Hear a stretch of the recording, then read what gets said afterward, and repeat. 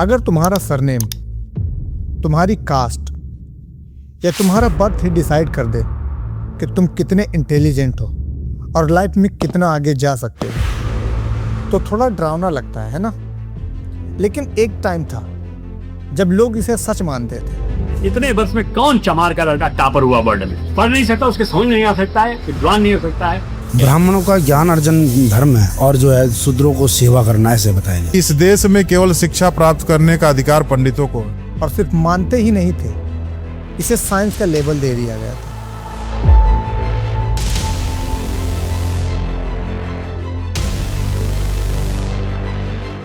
आज की वीडियो में हम एक ऐसी ही कंट्रोवर्शियल और माइंड ब्लोइंग थ्योरीज को डिकोड करने वाले हैं, जहां इंटेलिजेंस, कास्ट, रेस और सक्सेस के बीच का कनेक्शन समझने की कोशिश की गई है और कैसे कुछ थ्योरीज ने पूरी दुनिया को मैनिपुलेट किया।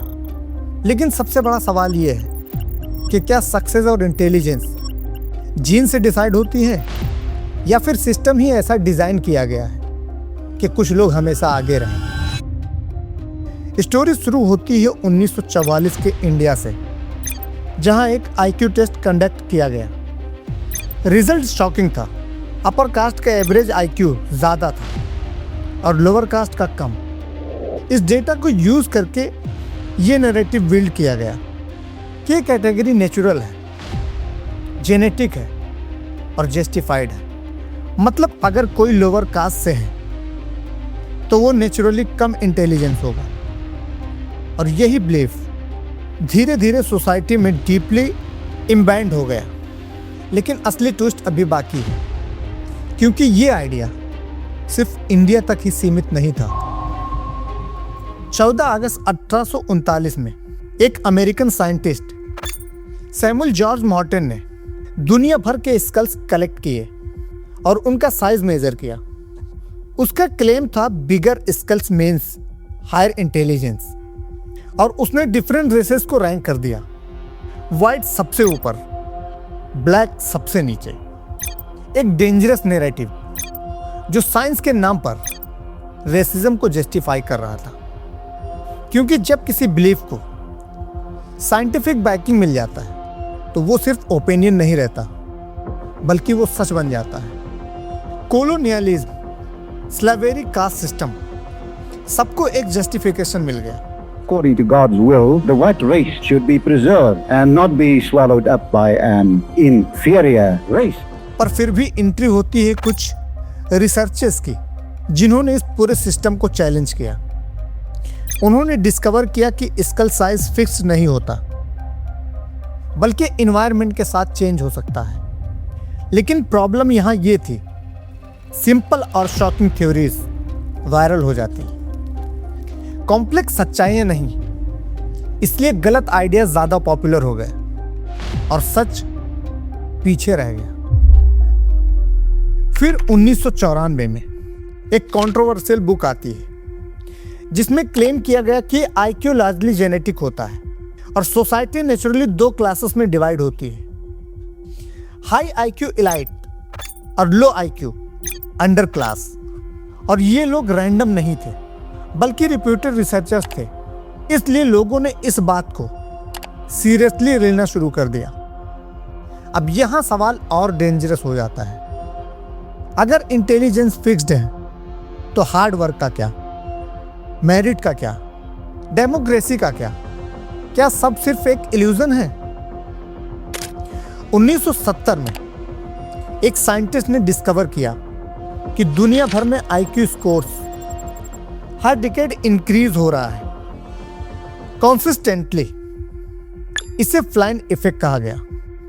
लेकिन अगर आईक्यू जेनेटिक है तो इतनी फास्ट कैसे बढ़ रहा है? और यही वो मोमेंट था जहां सारी थ्योरीज हिलने लगी। सच्चाई ये है, इंटेलिजेंस एक फिक्स चीज नहीं है। ये डायनामिक सिस्टम है जो एनवायरनमेंट, न्यूट्रिशन, एजुकेशन, स्ट्रेस और अपॉर्चुनिटीज से शेप होता है। अब इसको समझने के लिए इमेजिन करो 3 बच्चे, राहुल, राज और रोहन। तीनों का जेनेटिक पोटेंशियल ऑलमोस्ट सेम है, लेकिन उनका एनवायरनमेंट कंप्लीटली डिफरेंट।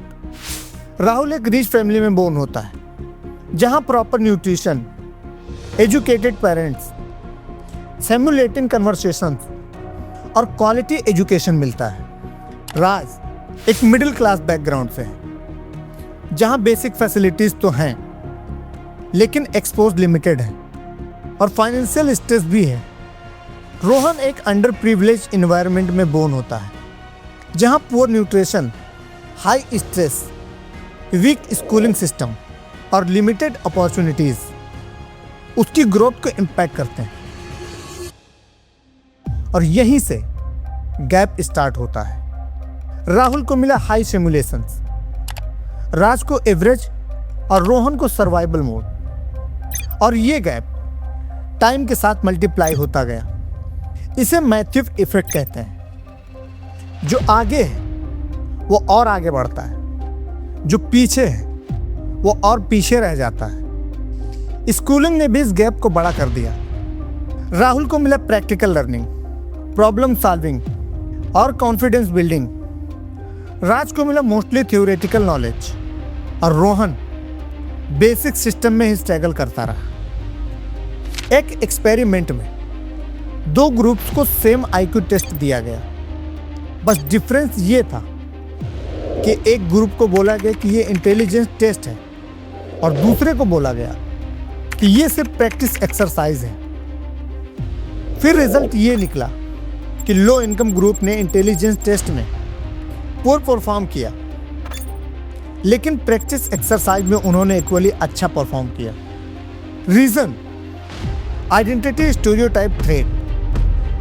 जब तुम्हें लगता है कि तुम फेल हो जाओगे, तुम्हारा ब्रेन स्ट्रेस मोड में चला जाता है और परफॉर्मेंस गिर जाती है। और फिर आता है सबसे powerful factor, social capital. Rahul के पास कनेक्शंस हैं, मेंटरशिप है, अपॉर्चुनिटीज हैं। राज के पास लिमिटेड नेटवर्क है।